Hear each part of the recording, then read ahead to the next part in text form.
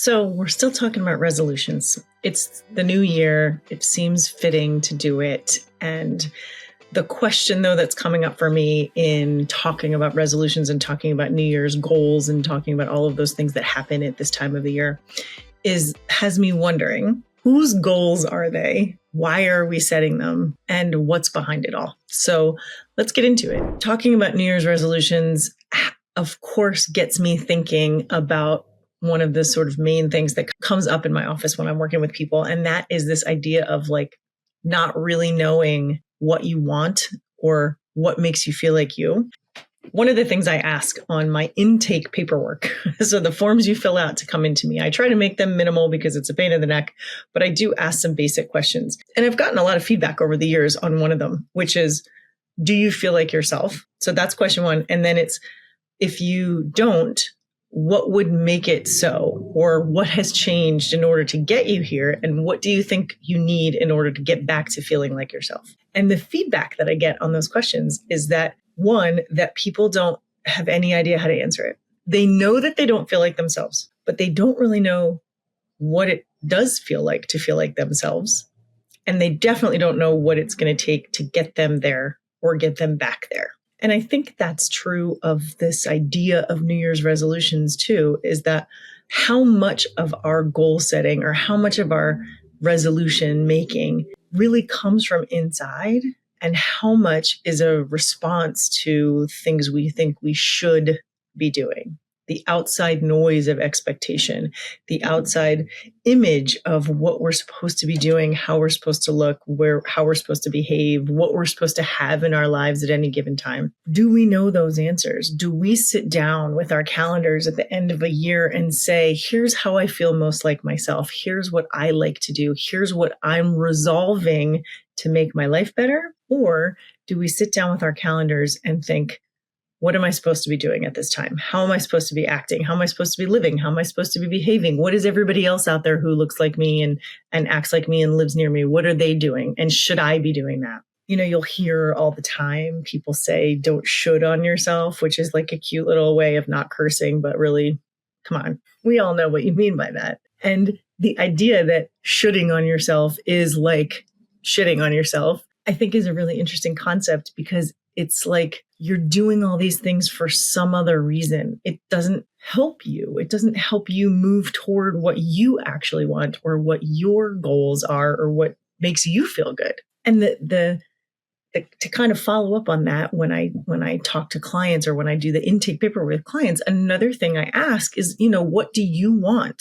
What makes you feel good? And almost without a doubt, they can't answer those questions either. They can sometimes tell me what used to feel good or when they remember feeling good, like what was going on at that time when they remember it. But generally speaking, most people I work with, women in general, I think even my friends and family and me, it's hard to identify what we want because we've just gotten into the habit of going along doing the next right thing or the things that we should do or that we're expected to do or that we think we're expected to do. So, I always like to tell you a little story. And I know I've talked on here before about my own health journey over the last however many years, but specifically in the year of 2024, I had decided at the end of 2023, per all my doctors who just kept telling me to go for a walk or take a little more time for exercise, I had decided to just make my goal move more because I was tired of making New Year's resolutions that ended up just leaving me feel ashamed or like a failure or guilty that I couldn't make it work the way that I had set out to make it work. But the problem with all those other years was I didn't feel the resolution was something that I really deep down wanted. It was always based on something I think I was supposed to do or that I should be doing. And so exercising 5 days a week, going to spin class 5 days a week, whatever it was that I said, diet, lose 30 pounds, whatever it was, whatever the goal was that I set for myself, I didn't feel it. It wasn't based on something I truly wanted. Of course, did I want to be somebody who exercised regularly? Yes. Did I want to be somebody who lost, a significant amount of weight and looked different in my clothes? Yes. But I didn't want that goal. I wanted the feelings that I thought might come with the goal. Or let me back up. it's not that I wanted the feelings that I thought would come with that goal. I didn't even know what the feelings were that would come with that goal. I just was kind of thinking, this is the thing that's supposed to happen, and then I'll feel better. I'm going to make this goal, and then I'll feel better. I'm going to lose weight, then I'll feel better. I'm going to work out more often, then I'll feel better. Then I'll be proud of myself because I work out all the time. I've become one of those people that works out all the time.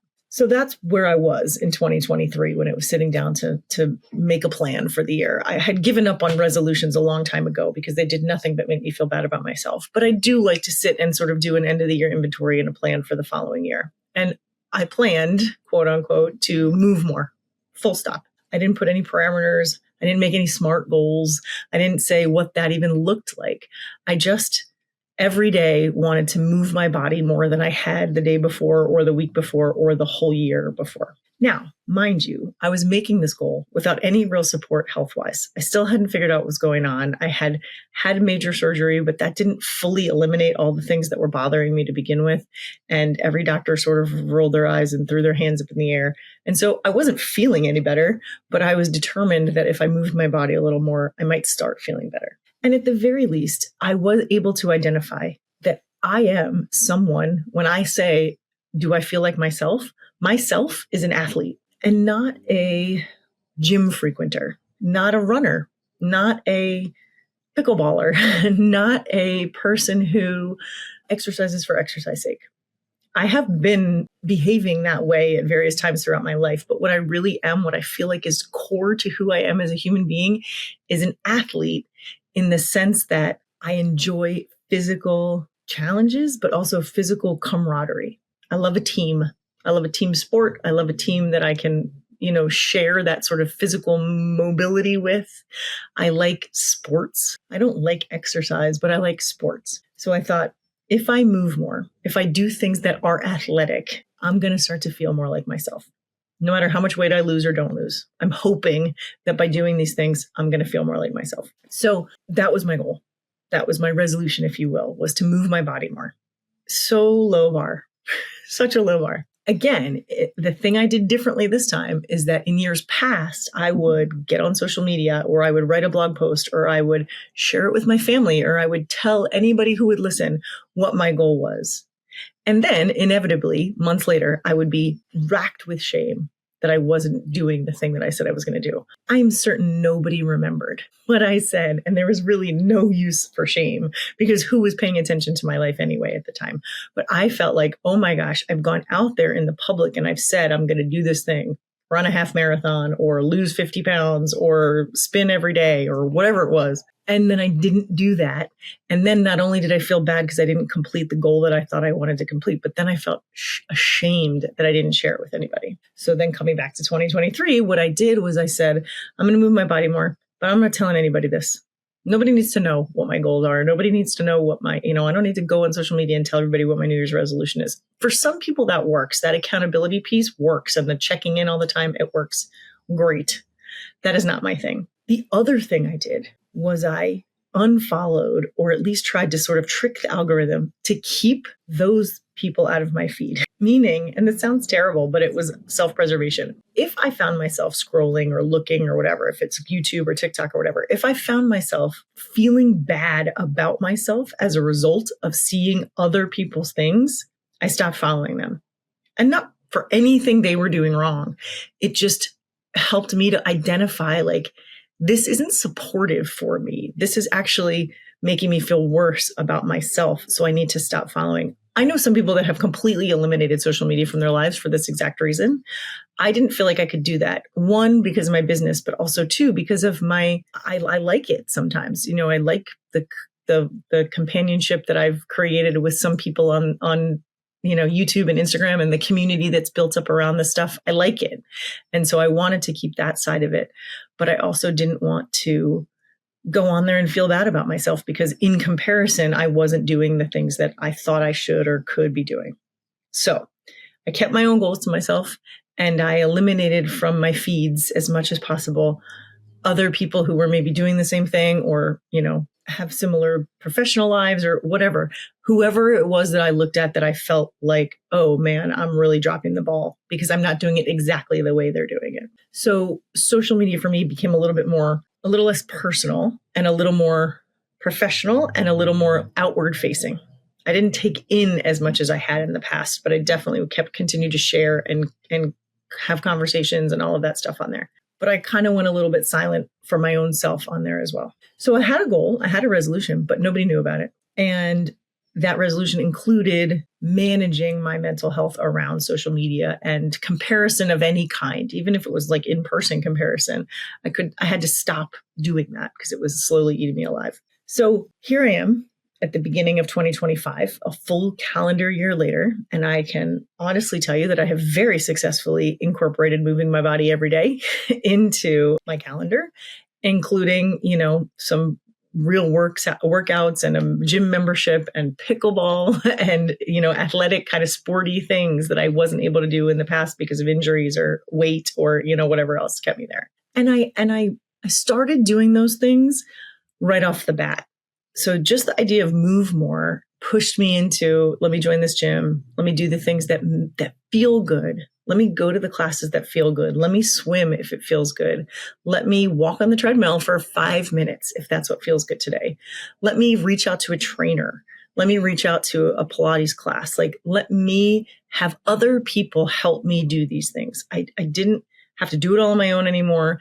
And I didn't have to do things that I thought I was supposed to or should or whatever. No more HIIT classes, no more things that make my bones hurt, no more, I sometimes lift heavy weight, but I sometimes just go to Pilates class, which, hey, moving this body is lifting heavy weight at this point. The moving every day led me to seeking out doctors that help take care of me. That led me to surgery that helped me feel better about myself. And not just about myself, like my image, but like my physical self. I feel better in this body. It moves better. It moves more.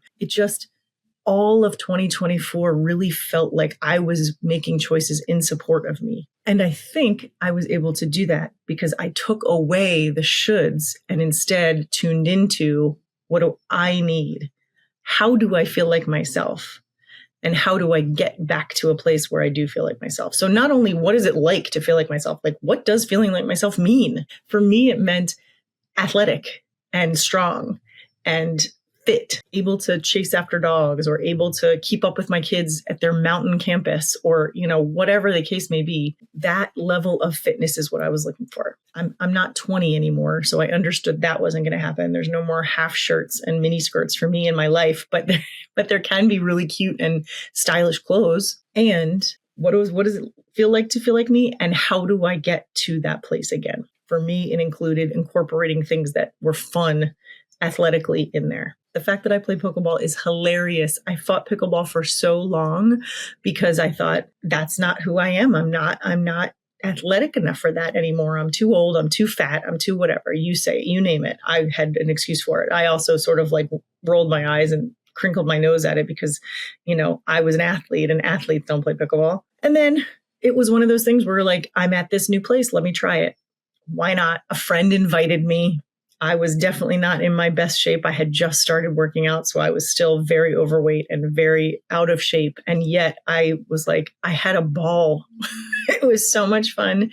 It reminded me of, when I played sports, like it reminded me of that kind of competition and excitement, and you can get better every week and that kind of stuff. And I have since, fully embraced it as much as I can. And I'm almost thinking like maybe I'll sign up for tennis lessons now because I'm not afraid anymore to go and say, I want to learn this because I think I can do it. Before I was terrified. I was like, people who look like me don't take tennis lessons because I just didn't feel like I was, the right type of person to be on a tennis court or the right type of person to be like body type of person to be on a golf course. My husband for years has been trying to get me to take golf lessons and I fought it because I didn't feel like my physical form was enough to take a golf lesson, to play golf, to do any of those things. But because I started the year with the intention of taking care of myself, moving my body was in answer to how do I feel more like me? So the goal of moving my body didn't come from a place of trying to lose weight or trying to be fit or trying to look better. It came from me recognizing feeling like me means feeling active and athletic. How do I get there? Well, I better get back to being active and athletic. And so I did it that way. So rather than taking this time, this New Year's, resolution time, rather than sitting and thinking of all the things you should do or that other people are doing or that the noise is telling you is for you to do. Trying to quiet all that down and really tune in to who am I? What does it mean to feel like myself? And if I don't feel that way right now, what can I do to get there? Because there's nothing more nurturing than doing what helps you feel like you. And even if you look at your schedule and it's realistic that you can only do this for 5 minutes a week, how can you then do it? You've identified the it. So how do you then put the it onto your calendar? How do you make time for yourself? How do you make space for yourself? How do you resolve to take care of you in a way that feels nurturing and good and positive instead of shaming or guilty or like your failure? Resolutions can be a really self-care endeavor, but they also can be really detrimental. So before you make them, before you write down your big goals and your audacious dreams and all of that stuff, check in with yourself and ask what you really want and what's really going to make you feel good when you achieve it. That's all I got today. Find out what makes you you and then resolve to get there. Thanks for listening. Until next time, stay curious.